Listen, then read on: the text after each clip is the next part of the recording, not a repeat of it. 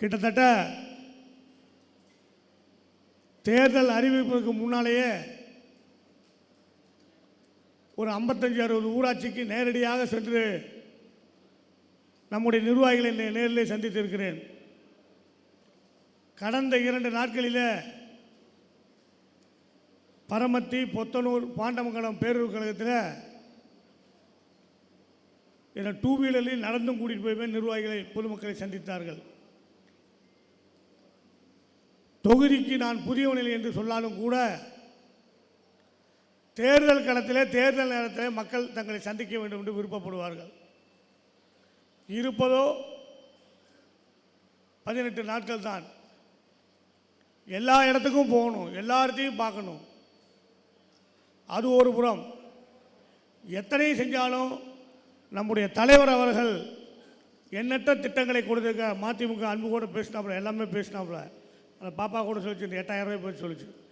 இந்த மாதிரி நான் போய் எந்த இடத்துல நின்னாலும் எங்கே பேசினாலும் என்ன செஞ்சுட்டு வந்திருக்கிறீங்க அப்படின்னு மக்கள் கேட்கக்கூடிய இடத்துல இல்லை. தலைவர் அத்தனை செஞ்சிருக்கார். நமக்கு ஓட்டு கேட்குற தைரியத்தை நம்முடைய தலைவர் தளபதி அண்ணன் கொடுத்துருக்குறாங்க. அந்த ஒரு தைரியமே போதும் மக்களை சந்திப்பதற்கு. அதை நம்முடைய செயல் வீரர்கள் அன்றாடம் மாலை வேளையில் ஒவ்வொரு வீடாக சென்று நம்ம டாக்டர் சொன்னாங்க எப்படி ஓட்டு கேட்கணுங்கிறத நம்ம கட்சிக்காரங்க வந்து சொன்னாங்க. அந்த மாதிரி வீடு வீடாக சென்று மக்களிடத்தில் தொடர்ந்து ஞாபகப்படுத்துவேன். அடிக்கடி சொல்லுவேன், எறும்பூர கல்லும் தேயும், அடிமேடி எழுத்தால் அம்பியும் நகரும்பாங்க. அது மாதிரி நாம் திருப்ப திருப்ப திருப்ப திருப்ப மக்களை சந்தித்து நம்ம வாக்குகளை கேட்டோம்னா தான் அவங்களுக்கு என்ன வரும். அதாவது கடந்த நாடாளுமன்ற தேர்தலில் கூட நான் வீரபாண்டி தொகுதியில் பொறுப்பாளராக பணியாற்றினேன். ஒரு 5 நாட்கள் 6 நாட்கள் தொடர்ந்து ராஜேஷ்குமாரும் கொங்குநாடு மக்கள் கட்சியுடைய பொதுச்செயலாளர் ஈஸ்வரனும் இந்த தொகுதியில் எல்லா ஊருக்கும் போகிறதுக்கு சரியான நபர் இல்லை என்று சொல்லி என்னை அழைத்தார்கள். நான் தலைவர் சொன்னால் தான் வருவேன், எல்லாம் வரமாட்டேன். என்னை கூட தலைவர்கிட்ட நிறுத்தி இங்கே வர வச்சாங்க. அதிமுககாரன் 20,000 ஓட்டு இந்த தொகுதியில் லீடிங் வாங்குகிறோம் அப்படிங்கிற நம்பிக்கையில் செயல்பட்டாங்க. நான் எந்த பொறுப்பும் இல்லாமல் அனைத்து ஊராட்சிகளுக்கும் பேரூராட்சிகளுக்கும் சென்று அதை 5000 குறைக்க முடிஞ்சது. அதனால தான் ஒரு மார்ஜினில் நம்ம வேட்பாளர் வெற்றி பெற முடிஞ்சது. அந்த அளவுக்கு தொகுதி மக்கள்கிட்ட அறிமுகத்தை தலைவர் கொடுத்த தைரியத்தை நாம் பயன்படுத்தி வாக்குகளை கேட்டு வெற்றி பெற வேண்டும். அதற்கு அடுத்தபடியாக எந்த சூழலிலும் நான் தைரியமாக பண்ணேன், எல்லாம் பண்ணேன். போன தேர்தலில் நம்ம ஏமாந்தது தான். நம்ம சரியாக நம்முடைய யுத்தியை பயன்படுத்தாமல் விட்டுவிட்டோம். ஒரு சோர்வு, அந்த சோர்வு தான் நம்மை தோற்கடித்தது. ஆனால் இன்றைக்கு அந்த மாதிரி இல்லை. எதுவாக இருந்தாலும் பார்த்துக்கலாம், எதை வேணாலும் பண்ணலாம். தைரியமாக களத்தில் இருங்க. எதிரியை வீழ்த்த வேண்டும். தலைவர் என்கிற போல வேட்பாளர் அறிவிச்சு போட்டு நான் தலைவரை பார்த்தேன். தலைவர் பார்த்தோன்னே அப்புறம் அப்படின்னார். அண்ணா 3 தொகுதி நான் புரிஞ்சுக்கிட்டேன். அண்ணா 3 தொகுதியும் ஜெயிச்சு கொண்டு வரேன். உறுதியா? ஆமாண்ணா 3 தொகுதியும் ஜெயிச்சுட்டு வரேன். நம்பலாமா? நம்புங்கண்ணா 3 தொகுதியும் ஜெயிச்சுட்டு வரேன். அந்த அளவுக்கு என் மீது நம்பிக்கை வைத்திருக்கிறார். அந்த நம்பிக்கையை நீங்கள் தான் வெற்றியை தேடித்தர வேண்டும். நீங்கள் தான் உழைக்க வேண்டும். எல்லாமே நாம் செய்ய முடியும். ஆனால் களத்தில் நீங்கள் தான் நிற்கணும். களத்தில் நீங்கள் தான் உழைக்கணும். நீங்கள் உழைச்சா மட்டும்தான் நாம் மிகப்பெரிய வெற்றியை பறிக்க முடியும். ஏன்னா நான் பார்த்த வரைக்கும் யாருமே முடியாதுன்னு சொல்லல. அந்த அளவுக்கு மக்கள் தலைவரை நேசிக்கிறார்கள், தன்னுடைய திட்டத்தை நேசிக்கிறார்கள். அதை நாம் சரியாக பயன்படுத்த வேண்டும். ஒரு பக்கம் தலைவர் உழைக்கிறார், ஒரு பக்கம் சின்னவர் உழைக்கிறார். எல்லா இடத்துக்கும் தைரியமாக போகிறோம், தைரியமாக பேசுகிறோம். எல்லாத்தோட முக்கியம், மோடி அமித்ஷாவை எதிர்க்கிற தைரியம் இந்தியாவிலேயே நம்முடைய தலைவர்கள் தான் உண்டு. நாடாளுமன்றத்தில் எப்படி 40 தொகுதி வெற்றி பெற்றோமோ அதே போன்று சட்டமன்றத்தில் 234 தொகுதி நாம் வெற்றி பெறத்தான் போகிறோம்.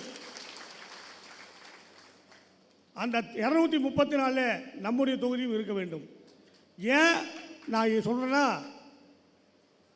கடந்த சட்டமன்ற தேர்தலுக்கு பிற்பாடு இந்த தொகுதியில் என்ன வேலை நடந்தது அப்படின்னு பார்த்தீங்கன்னா, நான் சட்டமன்ற உறுப்பினராக இருந்தபோது எதிர்க்கட்சி தான். ஆனால் தொடர்ந்து சென்னையில் அதிகாரிகளை சந்தித்து நம்முடைய தொகுதிக்கு தேவையான திட்டங்களை வேண்டும் என்று கேட்டு தொடர்ந்து கடிதம் கொடுத்து தொடர்ந்து அதிகாரிகளை சந்தித்து அதிமுக ஆளுங்கட்சியாக இருந்தாலும் கூட நம்முடைய திட்டங்களை அறிவிக்கக்கூடிய அளவுக்கு நான் தொடர்ந்து வற்புறுத்தினேன். நிறைய இருக்குது, நிறைய பணிகள் இருக்குது. பார்த்தீங்கன்னா ராஜவாய்க்கால் ரீமாடலிங், திருமுழுமுத்தாறு இணைப்பு திட்டம், பொது சுத்திகரிப்பு, வேலூர் பரமத்தி பாண்டமங்கலம் பொத்தனூர் கழிவு நீரை ஆற்றுல வாய்க்காலில் கலக்க விடாமல் ஒரு சுத்திகரிப்பு நிலையம், வெற்றிலை ஆராய்ச்சி மையம், வாழைத்தார் பதப்படுத்தும் நிலையம், தேங்காய் விலையை நிர்ணயம் அரசே கொள்முதல் செய்கிறது, குச்சிக்கிழங்குக்கு நிரந்தர விலை, வேலூர் மருத்துவமனை தரம் உயர்த்துறது, தீயணைப்பு நிலையம், இதெல்லாம் நான் கொண்டு வந்தது. இடமே தேர்வு செய்கிற வரைக்கும் எல்லாம் பண்ணேன், அறிவிக்க வச்சேன். ஆனால் கடந்த 5 ஆண்டுகள் எதுவுமே நடக்கலை.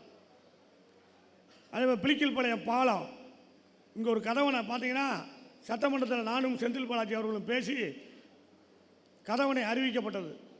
பார்த்தீங்கன்னா பாதியில் நிற்கும், திட்டமிடல் சரியாக இல்லை, அதனால் பாதியில் நின்று போச்சு. அதுக்கு ஒரு முயற்சி பண்ணல. அதே மாதிரி இந்த வேலூர் பைபாஸில் ஒரு சப்வே அமைக்கணும்.